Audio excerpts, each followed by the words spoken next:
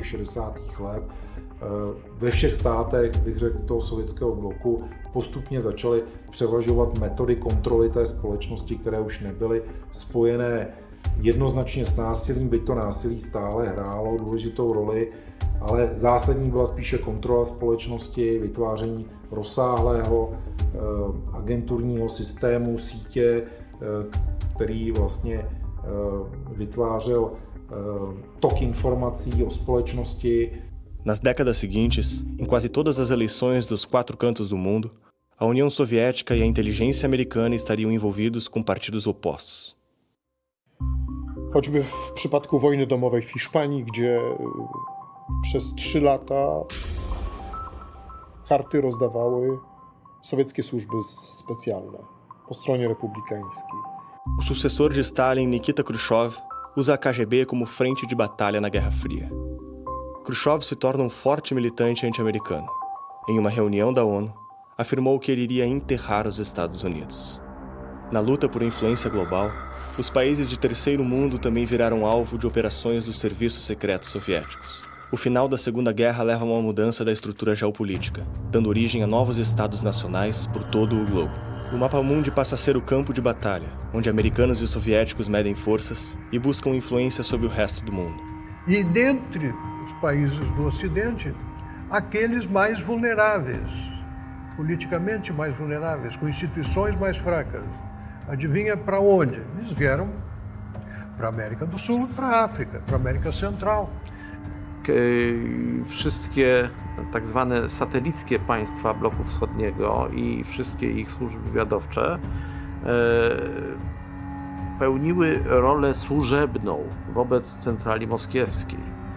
A República Socialista da Tchecoslováquia tinha a STB, a Romênia tinha a Securitate, a Alemanha Oriental tinha a Stasi, certo? Cuba tinha o DGI, Direção General de Inteligência. Se existiam agentes soviéticos infiltrados até na CIA e no FBI, no coração do inimigo, o resto do mundo não era um desafio maior. Havia propaganda soviética, desinformação e medidas ativas por todo o globo. Em 1919 ocorreu o congresso que reunia diferentes correntes do comunismo no mundo inteiro. Seu objetivo era colocar em prática o plano de expansão mundial do comunismo. Foi desenvolvido um estatuto que estabeleceu 21 condições para a filiação de partidos comunistas.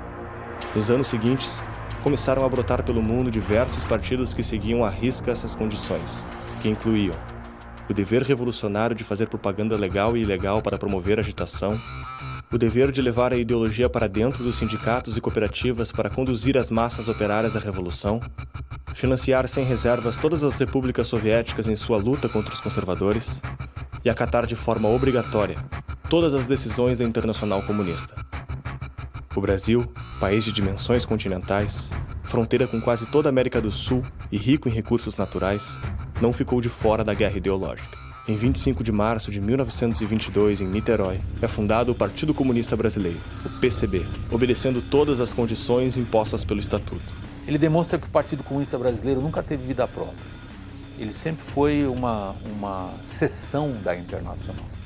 E era assim mesmo que o movimento comunista internacional se entendia nas décadas de 20 e 30, como um movimento que instauraria o comunismo no planeta. Na Argentina, no Chile, no Brasil, na Alemanha, na Itália, na China, nos Estados Unidos, onde fosse, todos eles estavam subordinados às diretrizes rígidas de Moscou. Luiz Carlos Prestes, então residente na União Soviética, voltou clandestinamente para o Brasil com o objetivo de realizar um golpe revolucionário. A primeira tentativa de tomada do poder aconteceu no ano seguinte pela intentona comunista. A revolução falha e Prestes e os conspiradores são presos. Poucos anos depois, Prestes se elege como senador. Ele foi entrevistado por uma jornalista e a jornalista pergunta para ele: só supondo, senador, se houvesse uma guerra entre Brasil e União Soviética, de qual lado o senhor ficaria? E ele disse: olha, eu ficaria do lado da União Soviética, porque a União Soviética representa a classe dos trabalhadores, não é já uma questão nacional, é uma questão de união de classes. Beleza, não importa a explicação, o que o povo entende? Numa guerra Brasil-União Soviética, o cara ficaria contra o Brasil. Após as invasões e a imposição do regime totalitário no leste europeu, o Brasil rompe relações diplomáticas com a União Soviética e caça o registro do PCB. Apesar da ilegalidade, a estrutura do partido não foi tocada. Jornais, assim como livros e publicações, corriam livremente. O PCB entrou para a ilegalidade no papel, mas permaneceu na legalidade de fato. Foi nessa legalidade de fato que os agentes soviéticos avançaram na estrutura de poder brasileira.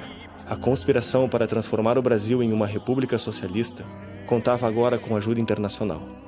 O que se sabe sobre as ações das polícias secretas soviéticas é apenas uma peça de um grande quebra-cabeça. Foi na República Tcheca que um pesquisador brasileiro encontrou parte da história até então desconhecida no Brasil. O que se descobriu é que os países satélites da União Soviética sempre mantiveram os olhos e os pés no território tropical.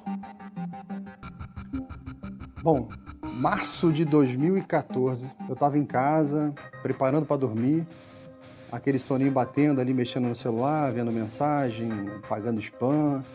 E quando eu vi uma mensagem vindo direto do site A Verdade Sufocada, e eu já era administrador do site, já tinha 8 anos, né? Quando me surge na caixa postal uma mensagem de um tal de Mauro Abrantes. Aí, vamos ver que mensagem é essa. Aí ele está escrevendo lá que ele é brasileiro, mora na Polônia, interessante. E eu estou dentro dos arquivos da KGB, da STB tcheca, traduzindo material de infiltração que aconteceu no Brasil entre os anos 50 e os anos 80. Já mandei e-mail para um monte de gente, ninguém responde, estou quase desistindo do trabalho. Quando eu acabo de ler esse e-mail, eu dei um pulo na cama, que o senso de urgência ligou todas as sirenes dentro da cabeça. Eu dei um pulo na cama que eu lembro do barulho da hélice do ventilador de teto passando perto da minha cabeça, né? Então, eu parti direto para o computador porque eu não queria que aquele cara que acabou de me mandar um e-mail, ele fechasse o computador, nada. Eu tinha que responder para ele naquele instante e pegar ele online. Pesquisando sobre comunismo no Brasil, através da internet, etc., mais cedo ou mais tarde, leva você aos acontecimentos relacionados com o ano de 1964. Nesse contexto, foi possível observar uma significativa quantidade de comentários, artigos, nomes de livros que chamavam atenção para presença americana, influência americana naqueles acontecimentos como CIA, etc.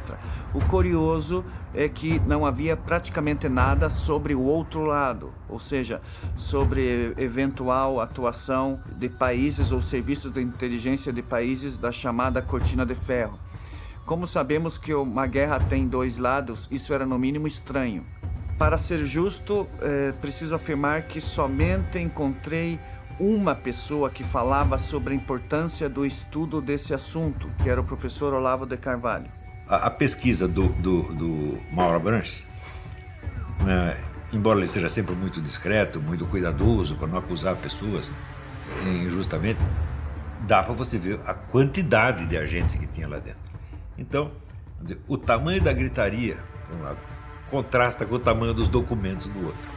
Quando percebi a imensidão da informação relacionada com brasileiros que aí havia, o plano de escrever algum artigo sobre o assunto, um pequeno comentário, já não era possível de ser realizado, era necessário buscar a ajuda de alguém. I foi assim que recebi o kontaktu do Sr. Vladimir Petrilak. Zdaliśmy sobie sprawę z tego, że w Pradze istnieje bogaty zbiór materiałów na temat Brazylii i nie tylko, który opisuje wielki kawał historii, a przy tym to źródło do tej pory w Brazylii nie było w ogóle eksplorowane. Nikt o nim nie wiedział.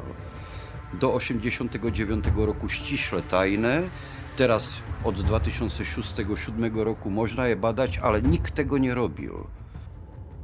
I chodzi o okres lat od 1952 do początku 1971 roku, a potem jeszcze o końcówkę lat 80., czyli kawał historii XX wieku.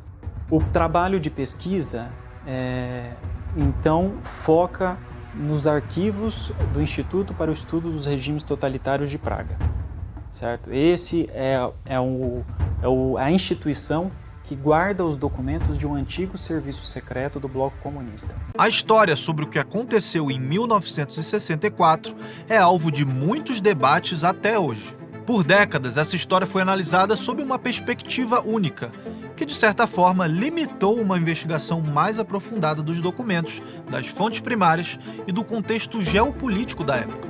Por isso, a Brasil Paralelo produziu um documentário sobre esse período decisivo, 1964, o Brasil entre armas e livros. Mais de 11 milhões de pessoas já assistiram. Mas atenção, esse material é exclusivo para os membros da Brasil Paralelo. E para que você não fique de fora, estamos liberando agora uma condição especial para você se juntar a nós, o Plano Mensal da Brasil Paralelo. Isso significa que você não precisa mais comprometer o limite do seu cartão de crédito com assinaturas anuais.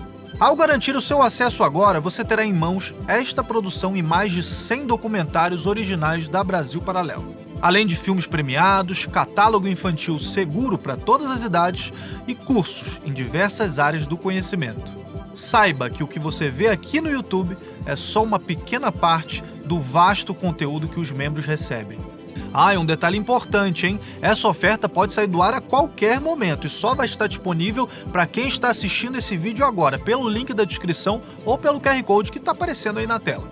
Aproveite o plano mensal da Brasil Paralelo e ative todos os seus bônus agora mesmo. Nós contamos com você. Muito obrigado e até breve.